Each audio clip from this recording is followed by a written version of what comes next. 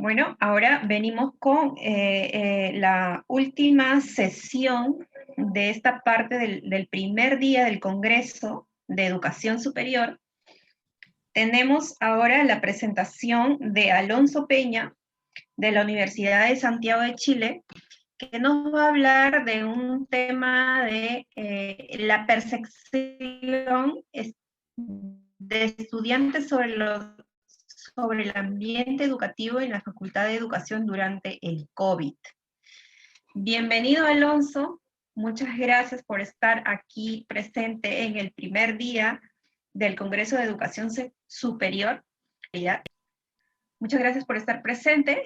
Te pedimos que si te puedes presentar brevemente para que todos nuestros espectadores te conozcamos un poco más. Bienvenido. Muchas gracias, Magdalena, y gracias a todos los que están ahí atrás de la pantalla. Bueno, mi nombre es Alonso Peña, trabajo en la Universidad de Santiago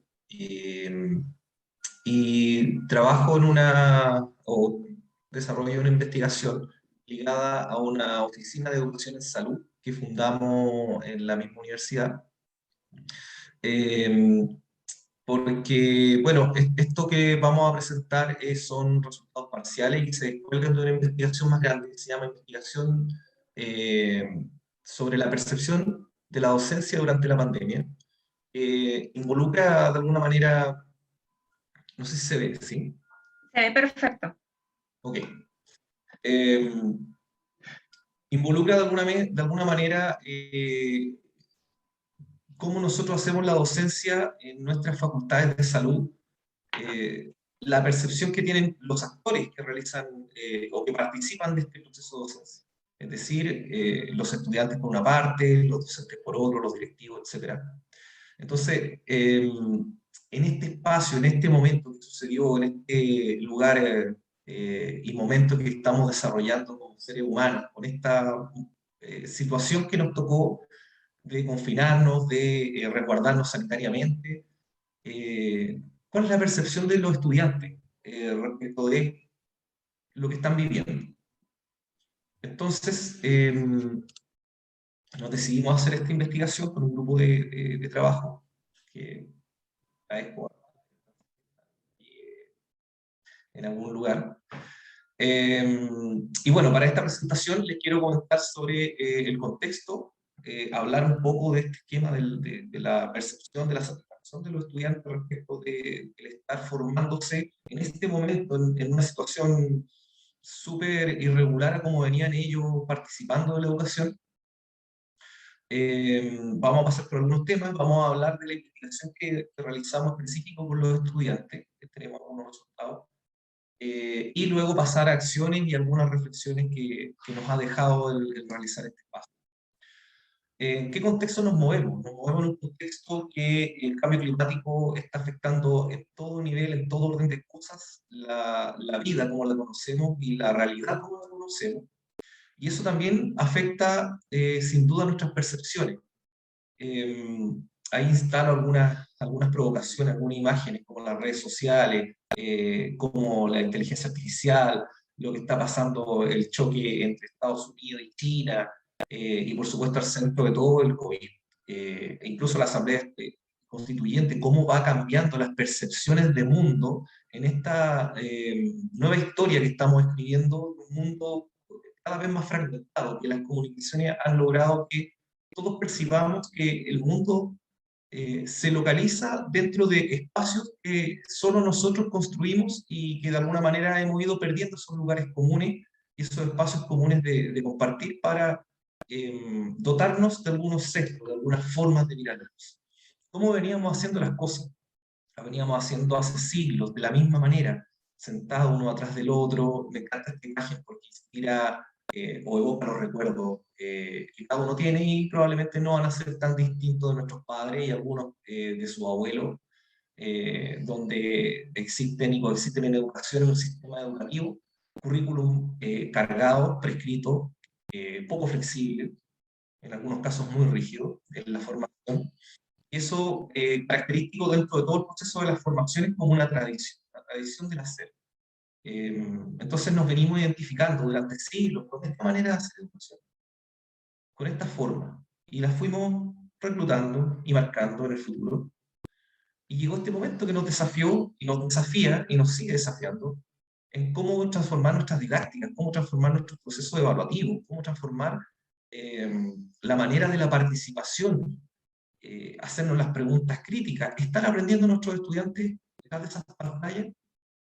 Para nosotros como institución es algo que nos ha sacado de alguna manera de nuestra zona de confort, que de alguna manera teníamos al entender que la vida de los estudiantes se reproducía constantemente en los campus, se realizaba, se realizaban las clases, se hacía todo normalmente, pero tal como funciona el sistema escolar y los sistemas en general, poco le preguntamos a los estudiantes cuál es su percepción, cómo encuentran que están formándose dentro de los espacios que brindamos, las experiencias que nosotros tratamos como instituciones de proveer para que ellos recojan los mejores y desarrollen competencias y puedan hacer su profesión adelante. Y era curioso, porque a la vez de que estábamos armando esta formación, esta investigación, estaba cursando el máster en administración, y en la administración enseñan de sobremanera, diría yo, que la opinión del cliente o la opinión del usuario finalmente retroalimenta el sistema y reconvierte las maneras de hacer el negocio. En algunos sistemas reconvierte el modelo de negocio completo, solo por la percepción, solamente por la manera en que ciertos algoritmos capturan las esencias de lo que tú prefieres, y va transformando la manera en que esa organización provee sus servicios y sus productos. Pero eso mismo no se aplicaba en el MBA, entonces era como raro, porque por una parte te decían que la administración tiene toda esta nueva lógica de entender primero a la persona y después proveer un producto, y acá en educación nosotros no hemos podido entender o salirnos de esa lógica comunicacional unidirectiva, donde solamente de manera top-down se formulan los currículos, se formulan las políticas y se desafía sin feedback en la percepción. Entonces, entendiendo el contexto en el que estamos, un contexto interconectado, un contexto que ya probablemente los estudiantes actuales y los que vienen se dirigen bidireccionalmente en todas las direcciones, creando jerarquías gigantes. Y nosotros pensando en una facultad de salud que enseña lo esencial, enseña las condicionantes de la salud y cómo eso afecta a las personas, forma a las personas en buenas prácticas, a los profesionales, pero ¿las practicamos? Una pregunta que nos hacíamos nosotros. ¿Practicamos nosotros un beneficio hacia la salud mental? ¿Estamos haciendo nosotros un buenos diagnósticos respecto a nuestros estudiantes en este momento de pandemia? Y esos desafíos, cuando de alguna manera esos retos cerrarlos, nos llevó a instalar este instrumento que se llama REEM, Dundee Ready Education Environmental Measure, REEM, un test de unos 50 reactivos, bastante largo, con una escala Likert asociada, donde tiene una validación tremenda en distintas partes del mundo, y esto lo pudimos encontrar tras revisar harta evidencia, hartos test. Este era el test más validado en las facultades de salud y en carreras de medicina y de salud en el mundo, trasladado de lenguaje a un montón de idiomas. Entonces encontramos que era validado universalmente como instrumento. Y por otra parte, quisimos complementar para darle sentido, figura y fondo a estos elementos que nos iban a demostrar a nuestros estudiantes, aplicando focus group, distintos 6, 7 focus group, a distintos grupos de estudiantes para complementar con observaciones cualitativas, y estos mismos focus group fueron tomados por pares. Por tanto, hubo ahí también un sesgo de poder relajarse, de poder contar de alguna manera lo que realmente iban sintiendo, lo que pasa a las preguntas alineadas sobre la satisfacción, sobre cómo iban percibiendo su momento de formación durante este proceso de pandemia. Bueno, como les decía, el BRIM, este instrumento de 50 reactivos, toma o agrupa 5 dimensiones: percepción del aprendizaje, la percepción sobre los docentes, la percepción de la atmósfera, la percepción académica y la percepción social. De todos estos elementos va sacando posiciones, y lo que nos decía la evidencia es que básicamente nos da una hebra el cual tirar, o de alguna manera localizar ciertos elementos, ejes críticos, que podríamos comenzar para empezar a mirar qué acciones podrían mejorar esos mismos puntajes. De una población de 1.460 estudiantes y con algunas condiciones de exclusión, logramos obtener una muestra de 260 participantes, que no es menor, es un test bastante largo, son 50 reactivos, que no es menor, de toda la facultad. Esta meta eran 251 para tener una confianza sobre el 90% y un margen de error 0,5, así que logramos por lo menos ese aspecto. Y estos mismos estudiantes también fueron parte del focus. Hay mucho que investigar, hay muchos datos que investigar, pero lo más relevante que quisiéramos compartir en este espacio: el 50% más de nuestros estudiantes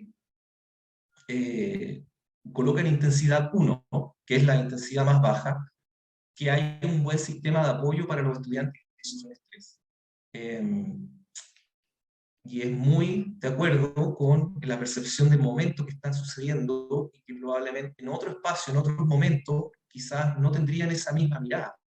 Pero en este espacio, como fue durante el COVID, pudimos ver que esto era significativamente interesante para ellos de marcar, puesto que me imagino, como todos los recintos y las organizaciones de formación a lo largo de Chile, sobre todo las universitarias, también quedaron cortas de alguna manera con la cobertura de salud mental que proveemos a nuestros estudiantes.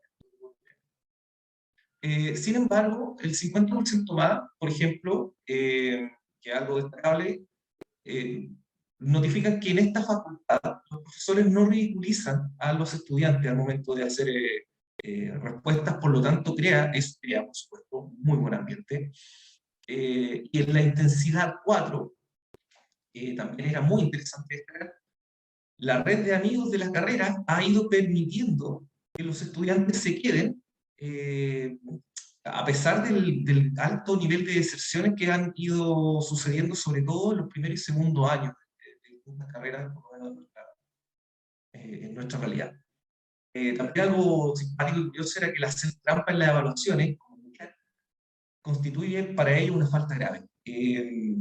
Nosotros como profesores y como docentes muchas veces estamos enredados con el tema de las evaluaciones, y fuimos descubriendo a través de las conversaciones, a través de escucharlo, a través de estos tipos de resultados, es que, claro, a nosotros nos complica más la evaluación que a ellos, y ellos tienen de repente, o se muestra de manera sistémica, si quieren, que la mayoría adquiere un hábito, un ethos sobre la evaluación, de una ética que está bien, que esto sea justo, que está bien que esto sea transparente. Entonces, ese ethos que lo traen, lo siguen compartiendo, y por tanto hace que la evaluación de alguna manera cobre vida a través de estos valores. Distinto de lo que estamos pensando muchas veces, que el momento de la evaluación es solo prestarse para la copia, más ahora y más fácil que no lo estamos mirando dentro de los espacios físicos. También nos llamó la atención el tema, porque puntuó muy fuerte, muy intensamente, que ha aprendido sobre la empatía en mi profesión, y después vamos a ver por qué, y destacamos un comentario por ahí de los focus group, pero ellos vieron a sus profesores en la misma vulnerabilidad que se encontraban ellos, y eso los hizo crecer en la empatía sobre la cantidad, sobre la rigurosidad, sobre los plazos, la flexibilidad. Entonces, de alguna manera, ese diálogo que se fue produciendo entre ver que todos estamos en una situación de disconformidad, por lo menos, o que no estamos todos tan cómodos como quisiéramos estar, eso también los asocia y los lleva a esto del estar en un colectivo. Y a pesar de lo que nosotros creíamos, la intensidad de mi experiencia en la carrera ha sido desalentadora, fue puntuada con 1.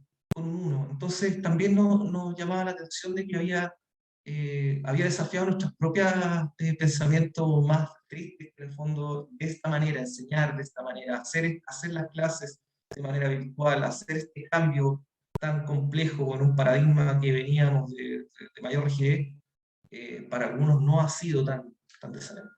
Bueno, algunos extractos de los focus group que nos pareció interesante para apoyar los aspectos anteriores.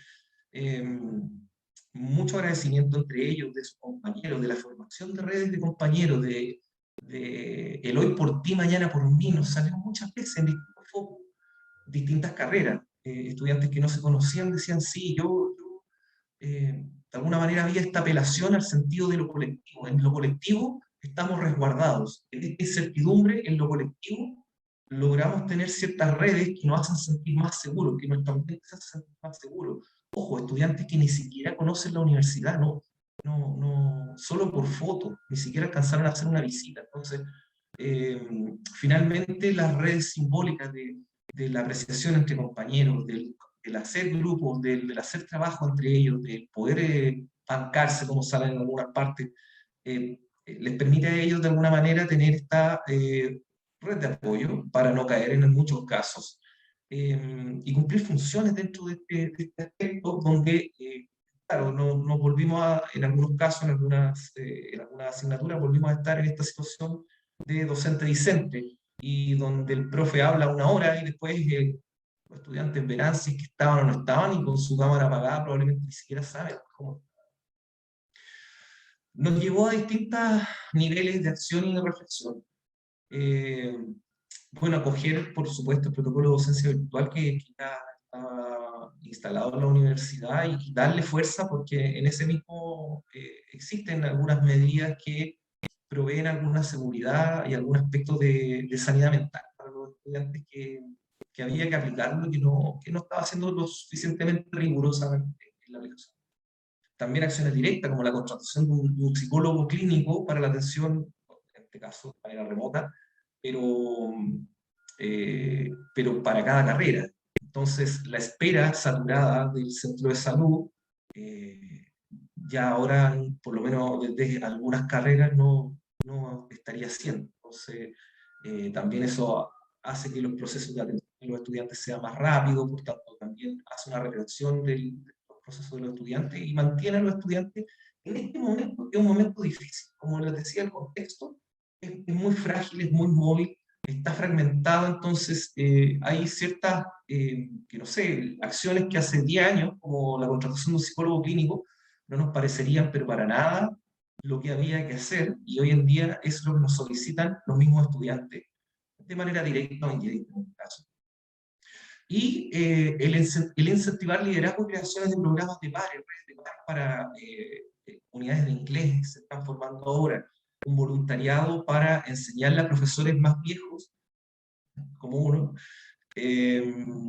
mayor sofisticación con algunos software, dado que los estudiantes manejan de alguna forma mejor ciertas plataformas que nosotros. Y así. Entonces, han ido surgiendo redes de pares de cuidado entre ellos, de manera muy importante. También han ido surgiendo. Entonces, eso va configurando de alguna manera este llamado de lo colectivo, esto que se sintió en algún momento en el estallido social de octubre, esta necesidad de colectivismo que se escuchaba, que en esta incertidumbre debiéramos estar todos en la misma. Y finalmente, como ciertas reflexiones, inicio, o vuelvo al inicio con este tema de que los sistemas educativos deben considerar la satisfacción de los estudiantes respecto de lo que están viviendo en su experiencia y tiene que ser reportado de manera sistemática, de manera fluida, de manera fácil, de manera continua. Porque de esa manera la organización va a poder dar respuesta. Es algo que a lo mejor en la educación todavía no hace tanto sentido. ¿Por qué tengo que hacerle caso a los estudiantes si los estudiantes no saben nada? Si ellos vienen a saber acá, si ellos no saben nada. ¿Por qué? Vienen a escuchar lo que yo vengo a decir como universidad, como sistema?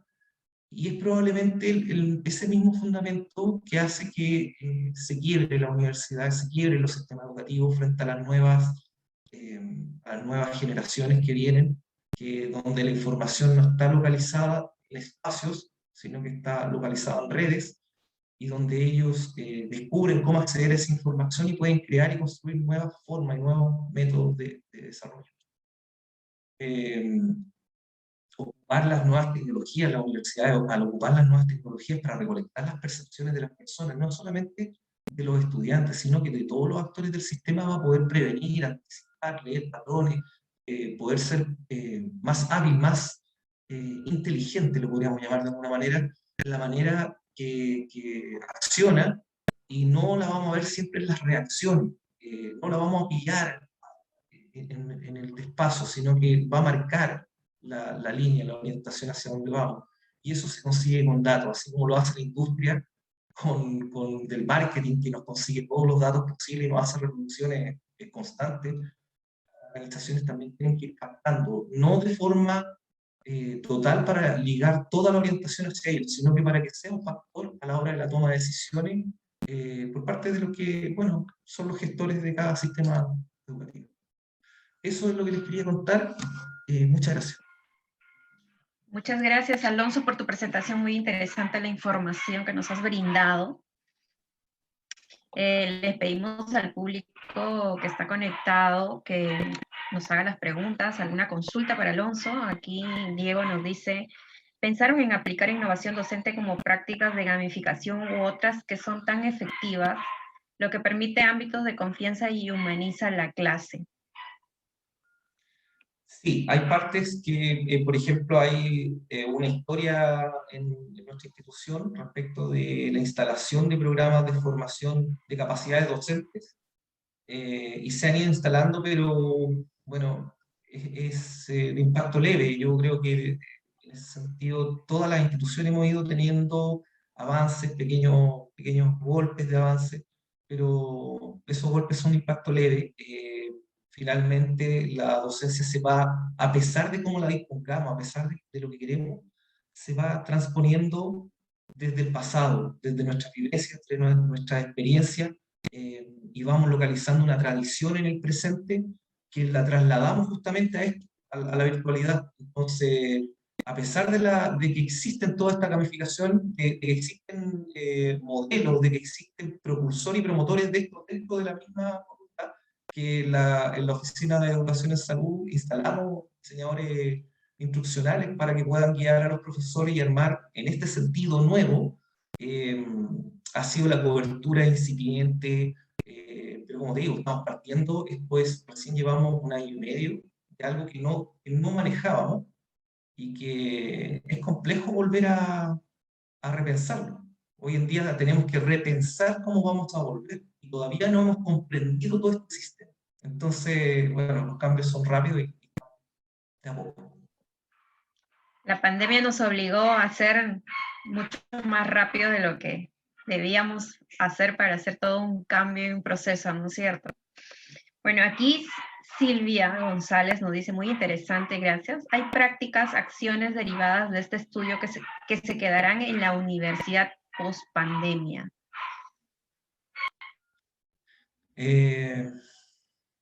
Yo creo que es justamente la dinámica que tenemos que ir encontrando. A lo mejor te voy a plantear una perspectiva que va a parecer lo más loco posible. A lo mejor en 5 o 6 años más, desde nuestros teléfonos, lo que significa que sea en el futuro nuestros teléfonos, vamos a tener una cobertura de una inteligencia artificial que nos pueda hablar y ser nuestro psicólogo diario, semanal, quincenal, mensual, etc. Y una inteligencia artificial lo va a procesar eso y va a ser al alcance de una aplicación. Y probablemente la contratación de este psicólogo pero sería como mirado desde ese punto de vista en ese tiempo. Entonces, a lo que voy y a lo que vamos, y es lo que nos enseña, por lo menos, o nos pone justamente lo que citaba Magdalena, nos enseña a innovar, y innovar no es mirar para adaptarnos, no es mirar para lo que estamos haciendo ahora, sino que es en el futuro cómo lo vamos a hacer. Y entonces estas medidas son para adaptarnos a lo que estamos haciendo ahora, a lo que nos está pasando, a la percepción del hoy. Pero para mirar el mañana, o si esto se va a quedar en el mañana, nos faltan un montón de datos. Entonces, desde ahí yo soy más cauto y digo que nos falta investigación para poder decir, esto se queda y se queda para siempre. Ahora nos parece perfecto y a los estudiantes también les parece muy bien, pero en el futuro no saben. Así es, pero igual seguimos trabajando para que mejore la educación en todo nivel y a nivel global, ¿no es cierto? Bueno, porque aquí también en este congreso estamos conectados de diferentes partes del mundo, de la región, y estamos aprendiendo, y esa ha sido una de las posibilidades que hemos tenido en esta pandemia, digamos, que positivamente nos ha ayudado a todos a poder mejorar nuestros aprendizajes. Yo quisiera, me imagino que estamos en el tiempo y solamente quedarnos con una reflexión o quedan preguntas, Magdalena. No, no tenemos ninguna pregunta ya hemos contestado todas las de la audiencia. Sí, justo estamos a tiempo, así que te pido que si puedes dejarnos alguna conclusión de esta presentación. Es justamente sobre el tema de la incertidumbre. El otro día leí a Hannah Arendt y cuando lo trata ella dice que finalmente los sistemas educativos, por decirlo de una manera, los docentes colocan piedras de certidumbre en un mar de incertidumbre para las personas y que finalmente sobre eso nos paramos para un futuro navegar. Y es justamente eso, esas piedras que nosotros vamos a colocar en la incertidumbre como sistema, como instituciones, tienen que estar alimentados por las mejores tomas de decisiones posibles y esas necesitan proveerse de datos, necesitan proveerse de la mirada de los distintos actores para que en esa mirada compleja estén realmente estas medidas de largo plazo, estas formas dinámicas que se va adaptando y generando innovaciones en la institución que permitan que la experiencia de formación de cada profesional sea una experiencia de formación realmente a la altura del siglo XXI. Perfecto, muchas gracias por tu presentación, Alonso, ha sido súper interesante. En este primer día de Congreso de Educación Superior que hemos hablado acerca del aseguramiento de la calidad en la educación superior. Muchísimas gracias, agradecemos el tiempo y la participación en este congreso. Les agradecemos también al público que nos ha acompañado en este momento. Vamos a dar un pequeño break y volvemos por la tarde a nuestras charlas que también son súper interesantes y los esperamos a todos. Muchas gracias, Alonso, que tengan buen día. Gracias, Magdalena, y gracias, Econis.